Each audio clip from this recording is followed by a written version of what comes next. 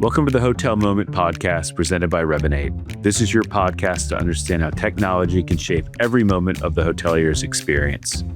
Tune in to explore cutting-edge technologies and to hear from experts who are shaping guest experiences.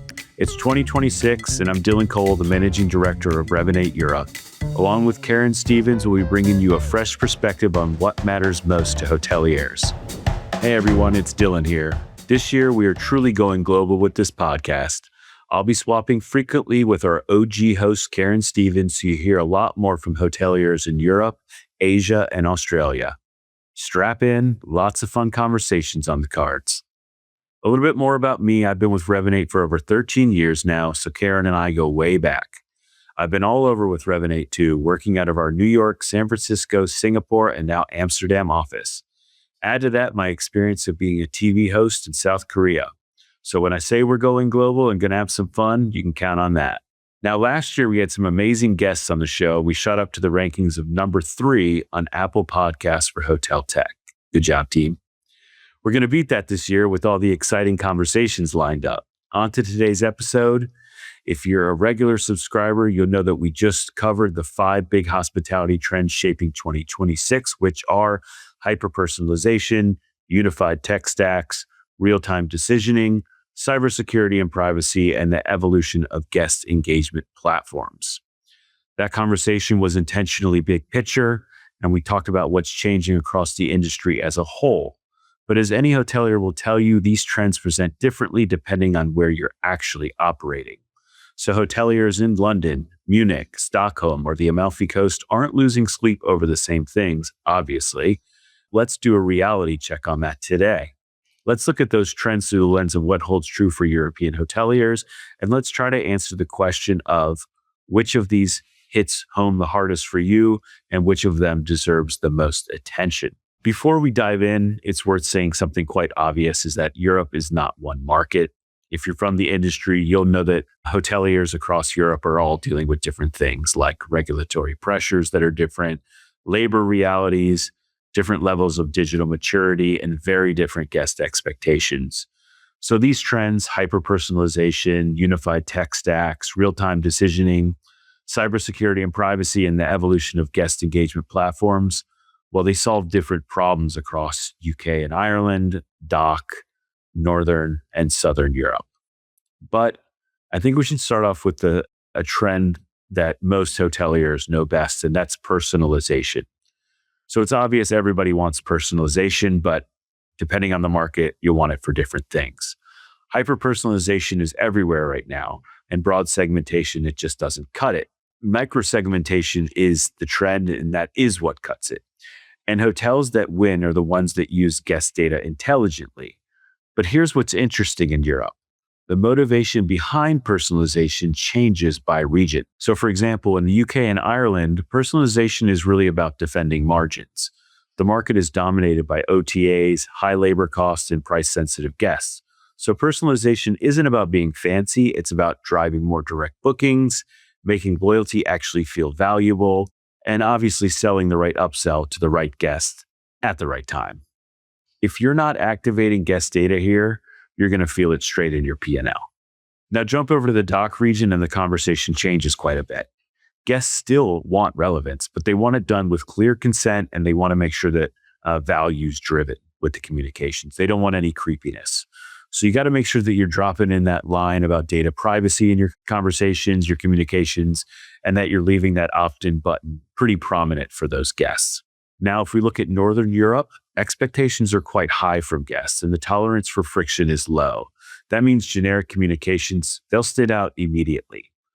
Personalization here is tied closely to the brand and your credibility. And if you're a brand that guests have trusted enough to give their data, they expect you to deliver the right messages using that data.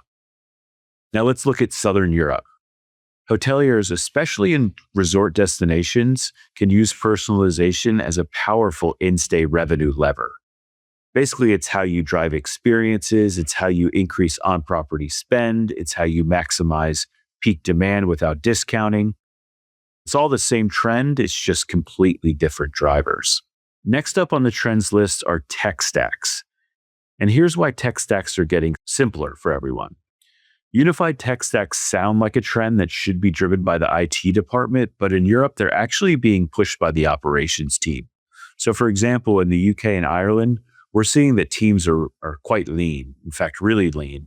And there's no appetite from our customers to juggle 5 different systems that don't talk to each other. In fact, unified tech stacks here mean less manual work, faster execution, and fewer things breaking at the worst possible moments.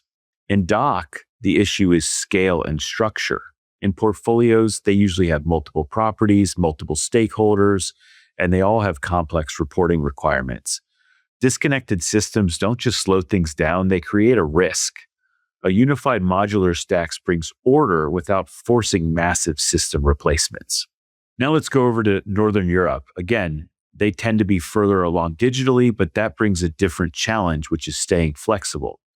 Unified stacks allow hoteliers to evolve without getting locked into yesterday's decisions. And finally, and in Southern Europe, tech stack simplification is becoming essential for managing seasonality, mixed-use properties, and rapidly changing staffing models.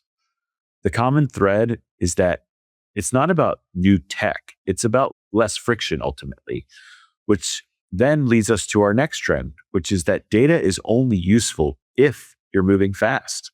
Another big global theme is real-time data and decisioning. And honestly, this is where a lot of hotels feel the gap the most. In the UK and Ireland, real-time data is about survival. Labor is expensive, guest behavior changes quickly, and if you can't react in the moment, you are going to absorb unnecessary costs. In DACH, real-time data supports precision, better forecasting, and fewer surprises. So smarter decisions will actually hold up when they're put underneath scrutiny.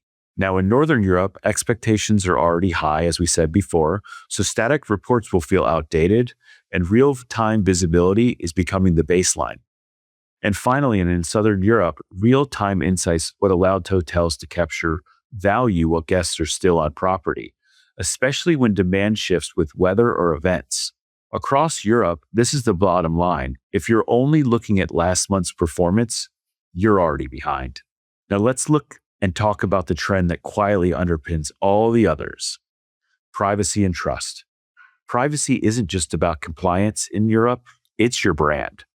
In DACH and Northern Europe, guests actively assess how brands handle their data. Transparency matters, and consent matters, and also restraint matters. In the UK and Ireland, guest awareness is also rising fast, and trust increasingly influences repeat bookings and loyalty. In Southern Europe, with so many international travelers coming, strong data protection is just a simple expectation. So what's different in 2026 is that privacy can't be treated separately for personalization. Hotels have to do both and do them both well. In Europe, trust isn't a legal checkbox. You can't treat it like that. You have to think of it as a brand promise. So our last trend here is this.